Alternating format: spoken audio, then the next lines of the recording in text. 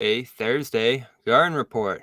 After the Celtics lost to the 76ers, they're going to play them again in less than a week back in Philadelphia. And we welcome back Keith Pompey from the Philadelphia Inquirer. And Keith, I didn't know what to expect from Philly this year. I don't think anyone did. Once James Harden demanded the trade, new coach and Nick Nurse, I did like that. I didn't know how they'd adapt to his play style, but they trade Harden. They've acclimated pretty quickly to Nurse's approach here, and they are 6-1 atop the Eastern Conference, which must be a pleasant surprise for everybody in Philadelphia. Yeah, exactly right. I mean, you think about it. I mean, they played the Celtics twice in the preseason. Excuse me, Right. and it was kind of like Embiid didn't play. There was no Harden. Uh, they lost a lot of guys off to the bench that they had last year. So you kind of expected that this season was going to be a struggle. And then all of a sudden, you see Embiid playing, you see other guys, playing well. But I also will say that I think that the Sixers probably had an advantage over Boston. And the reason being is because of Boston didn't know what to expect. Like there was a lot of guys there that weren't in the rotation before. They didn't see how Embiid played in this new offense with Nick Nurse. So it was kind of like surprising for people for Philly, but it also was surprising for the coaching staff because this wasn't players on the roster that they saw, nor was it how they saw how Embiid was going to be incorporated in the offense. Yeah, definitely. And that was what stuck with me most last night was we've seen this matchup over the years, right? The Celtics have had Philly's Hmm. number. Embiid has played pretty close to his worst in this matchup, especially going up against Al Horford. But with these new look Celtics, Horford's coming off the bench. It's Porzingis out there at the center spot. Obviously, it's numerous offensive players and shooters and perimeter players around Embiid now. Not one ball dominant player, even though Maxi's stepped into that role a little bit here. And it just looked different to me. I thought the Sixers played with a level of comfort and poise against Boston that we haven't seen in a long time from them. And that's a little worrisome if you're Boston. And obviously, everything you said there's true. It's a lot of new players. I thought Nick Batum looked great in his first action out there. And Robert Covington gives them a little something off the bench here or there, maybe. But the biggest thing's got to just be this being more Embiid centric here. They were able to get the ball to him, and the Celtics ended up doubling him a little bit, and other guys got going. In that second quarter, Philly scored 39 points, and he only had 2. So the whole game just had a different feel to it, obviously, given the changes that these teams have undergone since they last met here. Yeah, yeah, and you're right. The whole game did have a different feel. I feel like that, with you look at it and you see that they have a veteran team. They have some length coming off the bench, but also they have guys who are utility players. Guys who come in and they just play gritty. And the one thing is, I think is there's some belief right now. Right. Beforehand there was and there's belief in the system. They're trusting in Nick Nurse. And we know how it is. A lot of times when you get a new voice, you get a lot of guys buying in. And, so far they haven't had any adversity. So it's one of those things where you're right, there's a different feel, there's a confidence. Joel, he takes over at times, but for the most part, he tries to play through the offense, right? And that's something different than it's been in before. I mean, think about it. In the past, you would go to the Celtics games, and it was kind of like the Celtics were like, okay, we're going to let you run up and down the floor. You're going to do what you want. You think you're going to dominate, but then when it comes down to it, we're going to clamp down. We're going to get you tired. You're going to turn the ball over, and no one else on the team is going to get involved, and you're going to lose. And if you look at it this time, now you have Tobias Harris getting involved. You have Tyrese Maxey getting involved. Kelly Oubre, guys like that. So it's more of a balanced attack. And then so it makes the Sixers a little bit tougher to defend. They're also before you remember it was always a two well, the last 2 years with James Harden, it was a two-man show. where they was just doing the middle pick and roll. And then when the Celtics shut them down, nobody else could do anything. So now what you have is you have a lot of guys cutting. There's a lot of moving parts. A lot of guys are spreading the floor. So which makes it a little harder to just clamp down on two people and take them out of the game. Yeah, definitely a very spaced out game. Joe Mazzulla talked about that after being the biggest difference for Philadelphia this time around. I want to get your thoughts on the Harden trade and how it played out. Obviously, Philly would have preferred, I'd imagine, to go out there and get a star back for him. They end up just getting effectively some expiring salaries here. Maybe one of those three guys will rise up and be a rotation staple. It looks like Batum probably has the best chance to do that out of the three. But you get the expiring salaries back, you get some draft picks into the future, but you don't feel that whole Harden leaves behind there as the second star. And this is always going to be that debate. I'm sure you've seen it a million times, Keith. Is it better to have that team with a bunch of role guys and one star and more of a team-oriented system, or a star-studded team like the Phoenix Suns or even the Celtics and what they're doing with a thinner but more top-heavy lineup out there? This Sixers team looks like one that does have the one star in Embiid, but can hit you in waves, and it's fun to watch. I'm sure the fans are going to love it, but you always wonder if it's going to be enough total talent to win a championship. Yeah, you're exactly right. Because see, here's the thing. Right now, the guys who they picked up, they picked them up and they are playing extremely well. Like Yeah, Nicholas Batum is really good.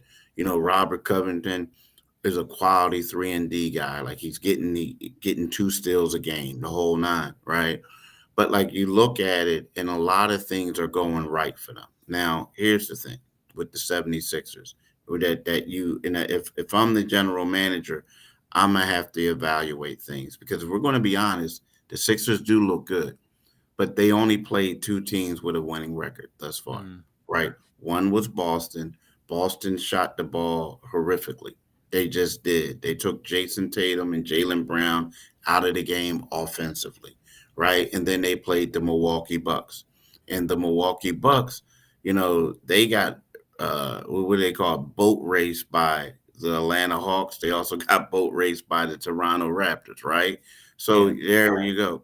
So when you look at the Sixers right now, if you are Daryl Morey, you're going to evaluate this thing well because what happens is, yes, they still have to get another piece. But what you have to do is you have to look at these older guys that you picked up and see who fits in and who is really playing well or who are going to be pieces you're going to move. You're also going to have to look at Tyrese Maxey and you're going to have to see that can he continue to ascend and be that guy? Because right now, when you play better teams, they're going to try to take him out. Now, if he can, and then you can go out there and you can get a quality, role player who can help you, right? But if he can't, then you're going to have to go out there and try to get another offensive firepower type of player that's going to help you. But if you're the 76ers, you want Maxey to ascend to whereas you can fill out the roster. But right now, I think that what you're going to see is with the Sixers, and you may see some different guys out there against the Celtics next time because what they're trying to do is they're trying to evaluate players as much as they can to see what type of pieces they have to add and who's going to leave. What names do you like? It's obviously early. We'll see who becomes available. The ones you hear, Zach LaVine, maybe one of the Toronto guys becomes available if they fall off there. Those are probably the two teams that are trending in the wrong direction this year in terms of their contention status. It's tough to predict who's going to become available, but those are the names you hear. Obviously, LaVine, the big one with a big contract too, who can score the ball, but defensively not the best. Definitely not the playmaker Harden was. And then OG, guy like that, great defensive piece. Can shoot the ball a little bit, but not a star per se, at least on the offensive side of the ball. It goes back to that question: are you looking for a star? Or are you looking for a role piece who's going to fit Exactly. in and add to what Embiid's doing? And see, and that's a great, and that's what it is, because like you say to yourself, if Tyrese Maxey contin- can contin- can continue You see to him as the ascend. second star. Yeah, I do. I do. If he can continue to do it, if he can continue to do it, I can see him becoming a second. But then when you do that, the Sixers got to fill out the roster. Like Right. they need some shooters, they need some gritty guys. And then the thing about it is, like let's say you look at Tobias Harris, right? He's a guy that has been playing well for them. Nick Nurse really likes him.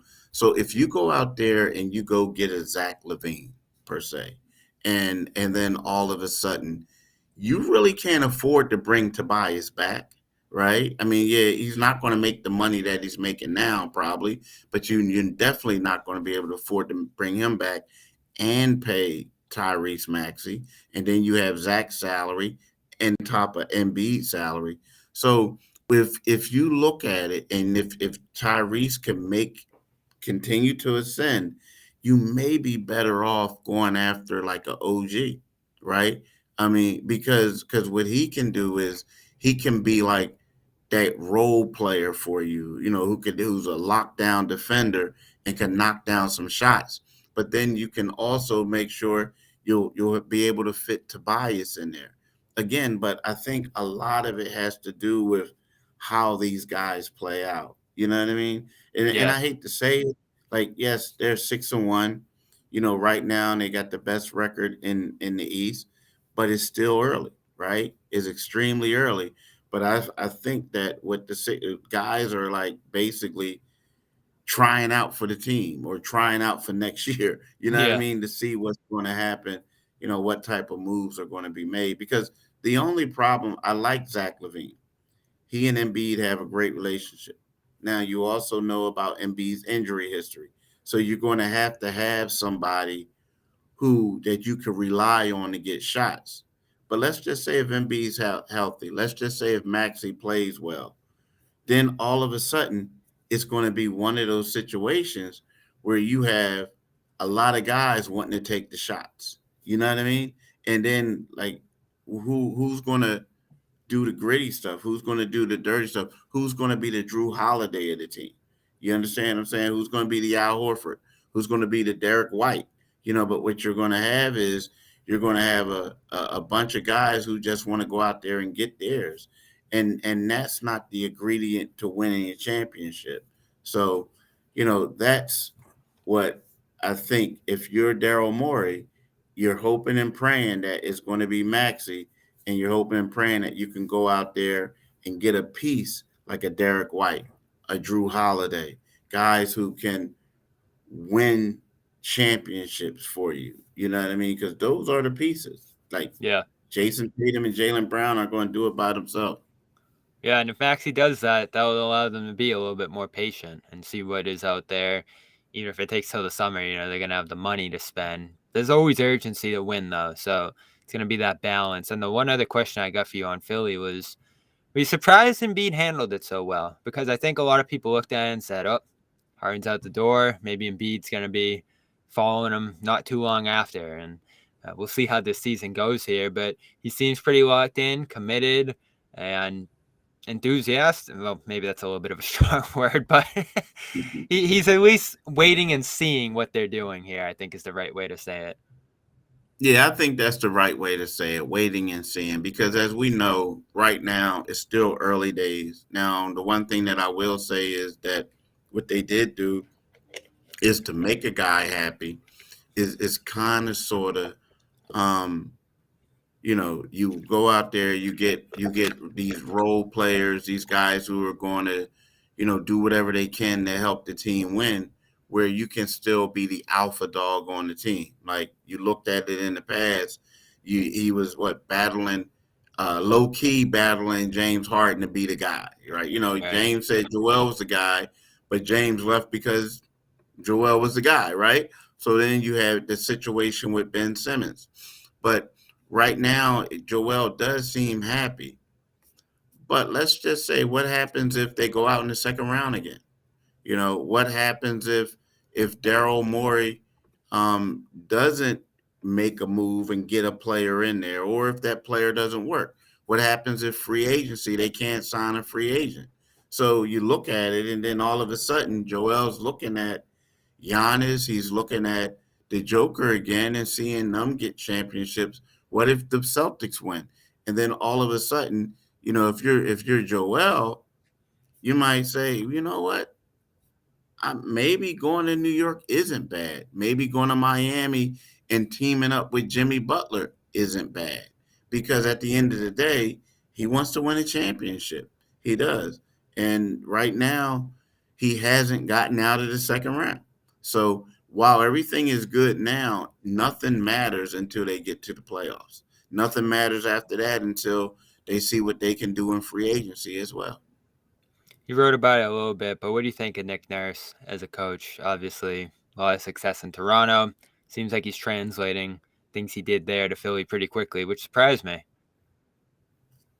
Yeah, I like him as a coach. I think that, well, first of all, he got Embiid to buy in for Yeah, right now, that to like, hey, less is more. We want you to be more of a rim protector. You had 4 blocks yesterday. he was We great. Yeah, want you to, yeah, share the ball. So when you look at that, I also think that he looked at this roster and he found a way to make Tobias Harris a viable piece, right? He's also got buy-in from everyone. I think like Nick Nurse is a heck of a coach, a great coach. But at Toronto, if you look at it, um, the roster, like through the years, the talent level decreased. Now, yes, you had Fred VanVleet, who made the All Star. You had Pascal Siakam, who made the All Star team. But those are guys who he developed until that. But when you look at it, like there was no more Kyle Lowry's. There were no more Kawhi Leonard. He was there for a year. I mean, they got rid of Danny Green in his prime. So it was like you look at it and you have to say, like, for the first time in a while, he has an elite player since Kawhi, and that's like Joel Embiid, right? So it's one of those things where you look at it and you say, well, wow, he won a championship with Kawhi, so I can't really be surprised that what he can do when he has a quality big man in Embiid, you know? So but I think he's the biggest off-season move that they had. He's a really good coach, really good coach. definitely, and makes the decision on Doc pay off. I like Doc, and he had his time, but it looked like a new voice was needed, as you said earlier. So I'm enjoying the brand of basketball they're playing. They've been fun to watch. The Harris point is a great one. He's just so much more involved, active. I think he was in the top 30 of the efficiency rankings, too, when I looked at it before the game. So it's been impressive to watch him. Want to get your Celtics thoughts, too. A new look Celtics team, of course, on the other side. But first, head over to fanduel.com/Boston this weekend. Another weekend of football and basketball going on, hockey too. And you can get $150 in bonus bets when you make a $5 money line bet. You got to win, but you're going to get $150 in bonus bets when you head over there, the official sports wagering partner of CLNS Media. And again, it's for first time users, 21 plus, present in mass, and $5 pregame money line wager required, along with a $10 deposit. Bonus bets would expire 7 days after receipt and are non-withdrawable. Check out sportsbook.fanduel.com for all the details. Head over to, again, fanduel.com.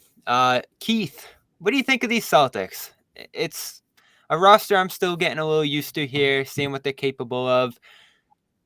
The bench is just brutal, and it has been to start the year, and I think that's going to be a topic throughout.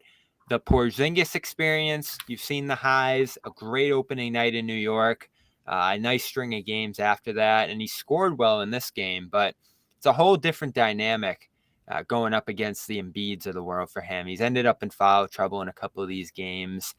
He's not quite Robert Williams, the defender. I love the length, love the activity inside, but he's more movable. He's, a skinny, tall defender in there, and that's a guy that Embiid can take advantage of. In fact, the Celtics kept him away from Embiid for a lot of this game. So I'm interested in seeing how this season plays out for him. Of course, health always a concern with him, and you think about the depth of this team.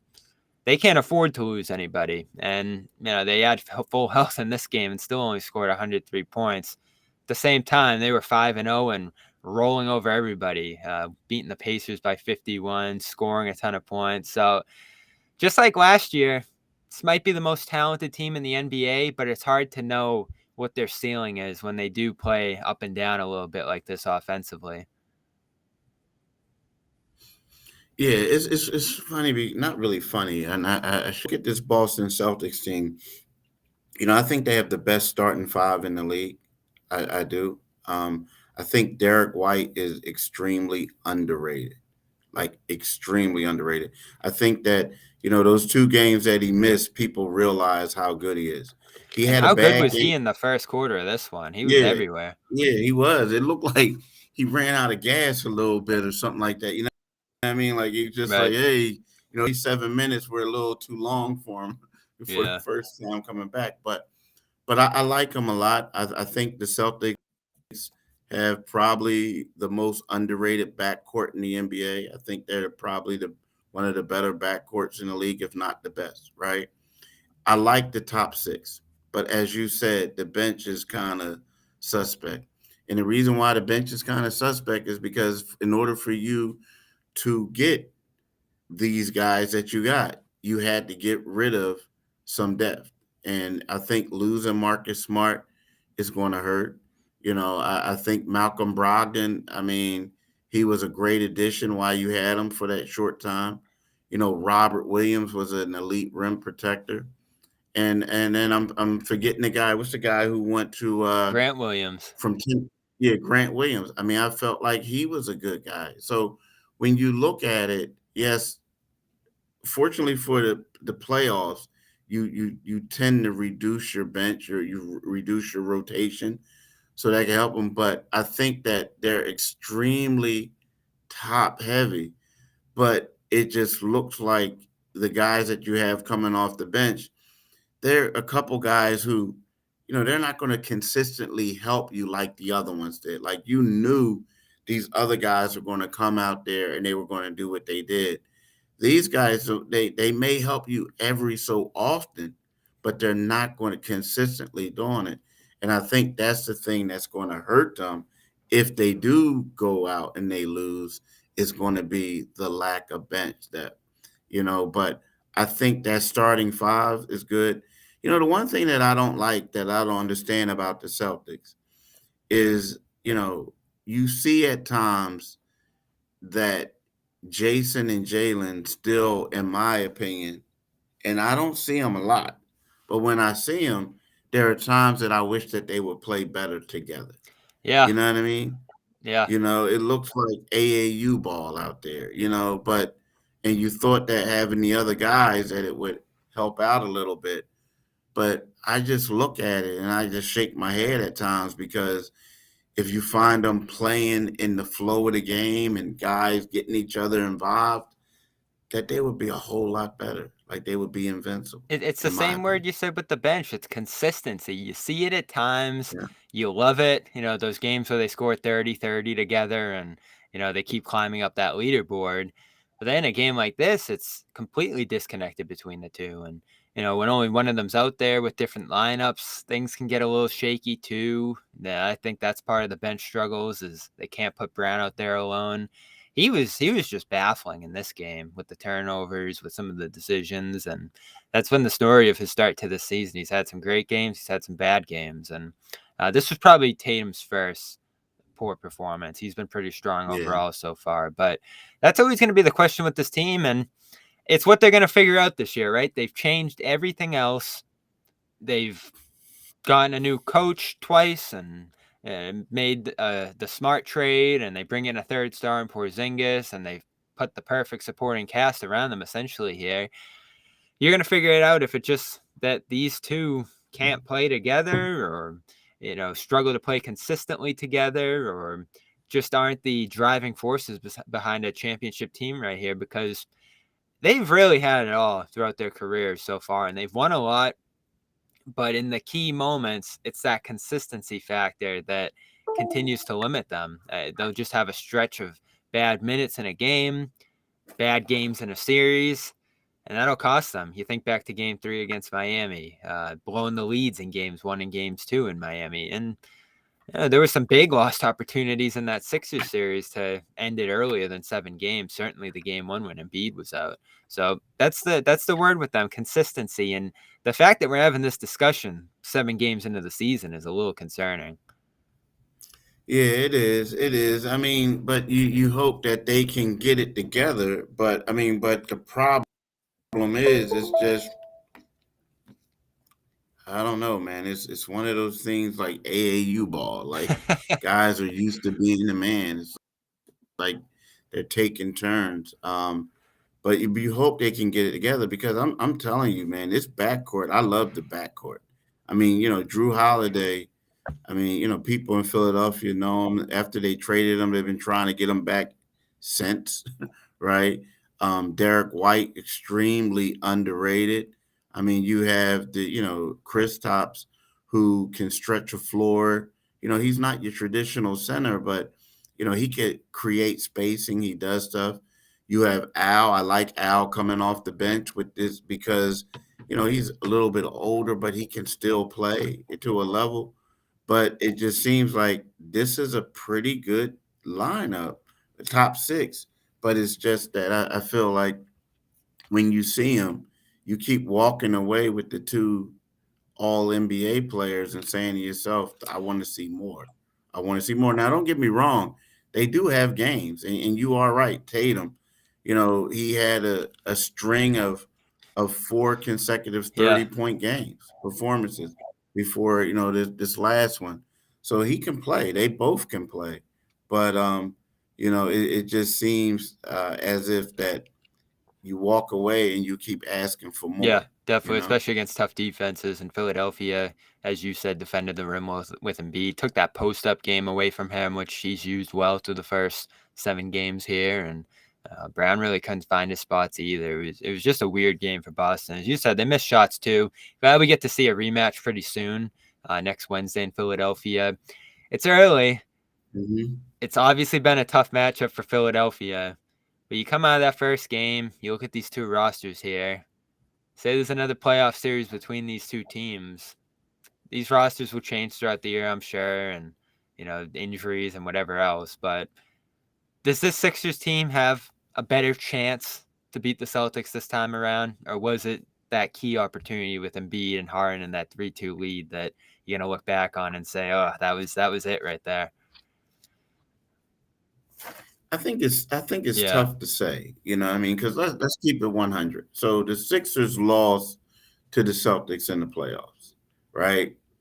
They always lose to the Celtics in the playoffs, right. it seems, right? I mean, I'm from Philly. Let's keep it 100, right?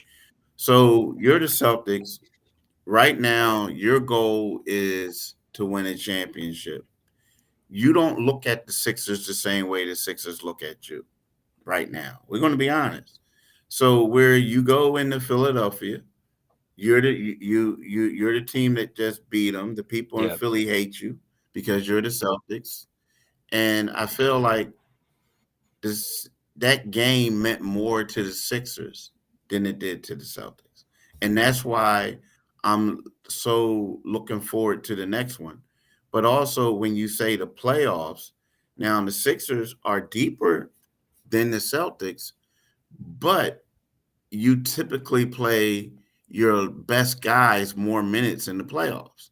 So even though they're deeper, the Sixers are going to have to make some adjustments in their lineups, and they're going to have to give some older guys more minutes. You know what I mean? Whereas the Celtics are younger. So I still think the Celtics are the better team. I do. But I think that it's going to come down to coaching and it's going to come down to like who's on these rosters because I do believe that the Celtics may try to add a player to the bench, right? An additional piece. And I also think that the guys that we see out there with the Sixers right now, all of them aren't going to be there by the postseason. So it's a tough one to say, but I do think that the Celtics are still the better team. Now, don't get me wrong. The Sixers played well. I think they can become the better team because of the coaching and whatnot. But I do think that Boston didn't know what they should have known. But I do think they didn't know what they were getting themselves into. Because think about it, when they turned up the heat in the fourth quarter, they were what, one Kristaps Porzingis front rim from taking it to overtime. Yeah. So they did come back like late. I mean, they erased that 15-point lead quick, Yeah, fast, in a 10-0 hurry. run in 57 seconds. It spiraled fast there for Philly. A couple bad passes and missed shots, and Celtics pulled right back in it. And that's again the consistency factor. Can you bottle that up earlier in the game? Can you spread that throughout a game and not have to play with so much urgency late? Because they really only had a minute or two there to come back, and one bad shot ends up killing the comeback there for Porzingis. Last question before I get you out of here. You're in Detroit. Got this in-season turn. Is this the first one for Philly? The first in-season? Yeah, yeah, The yeah, approval yeah, rating's not yeah. great. We talked to Jalen in Philly at Temple the morning of, and someone asked if he was excited about this, and he said, "I wouldn't choose the word excited." So, how are you feeling about it? Do you think it could grow over time? Obviously, no one really understands this thing right now, but I think there's some potential. At the very least, the one thing I've said is maybe you get a cool extra matchup between some teams you want to see again in Vegas. Maybe it's Philly and Boston in that semifinal. Maybe it's Boston and Denver, Philly, Denver, something like that. That to me is the interesting part. Obviously, there aren't a lot of stakes here other than money. Yeah, I mean, that's the interesting part. I mean, right now, but at the same time, the thing that gets me is the good part is that, we really don't pay too close attention to the NBA season until Right. after Christmas. So now this gives someone, something to be into. I feel like if you have a good team, a quality team, and then you're probably going to be interested, right? And like you said, you may get an extra Philly Boston game. If they get to the championship, you might get a little championship preview. But the one thing that I don't like, and this might sound crazy, is, but I think I think I need to get some sunshades tomorrow because these courts and all this other stuff are awful, I, right? Like, that's the thing. Like, it's like crazy. But I just feel like it's something that I think is new now. So when it's new, a lot of times we don't like change, but after a while, people are going to be excited because let's face it, you normally don't get into basketball until the Christmas Day game, unless you're in a market where the team is really good. But for the most part, the average fan is like, oh, let me just wait till NFL yeah. season is over, and then I'll start Yeah, paying that's gonna be an attention. interesting thing and how it plays out. Obviously, it's tough to buy into now when they're just normal games, but when it gets to Vegas, is it Philly, Boston, Denver, and LA, or is it Toronto and the Hawks and a couple of random teams from the West? I think that's going to be a big factor too here, but we'll see how it plays out. Appreciate you taking the time here, Keith, out there in Detroit. Continue to follow on with him for some Sixers coverage as these two teams will meet again down in Philadelphia next week. It was good to see you out there, Keith. I'll see you again in just a couple of days here, and have a good trip. Hey, thanks for having me, man. I really appreciate All right. And for all of you, you know the deal. A couple great sponsors here making this possible. HelloFresh signing on for the year. Love them for that. Appreciate them. And always a great experience using them. Lay down instructions in front of you, prepackaged ingredients to make dinner easy. And you can go over there to HelloFresh.com/CLNS50. Get 50% off and free shipping, customizable orders. Get it to your dietary restrictions or just preferences. All meals, snacks, whatever you need. And it's going to make cooking a little bit more fun, which if you're not used to doing that, it's a nice addition to it. It's a HelloFresh.com/CLNS50. And a big shout out to oddsr.com/Celtics 30-day free trial of their AI learning betting recommendations over there. Great compliment to FanDuel, FanDuel.com/Boston, $150 bonus bet when you win a $5 money line over there. That's our Garden Report for today. We're back tomorrow. Celtics Nets, the beginning of the in-season tournament. We'll see how it plays out. We'll see what it looks like in the arena there tomorrow. And thanks again for tuning in here. I'll talk to you then.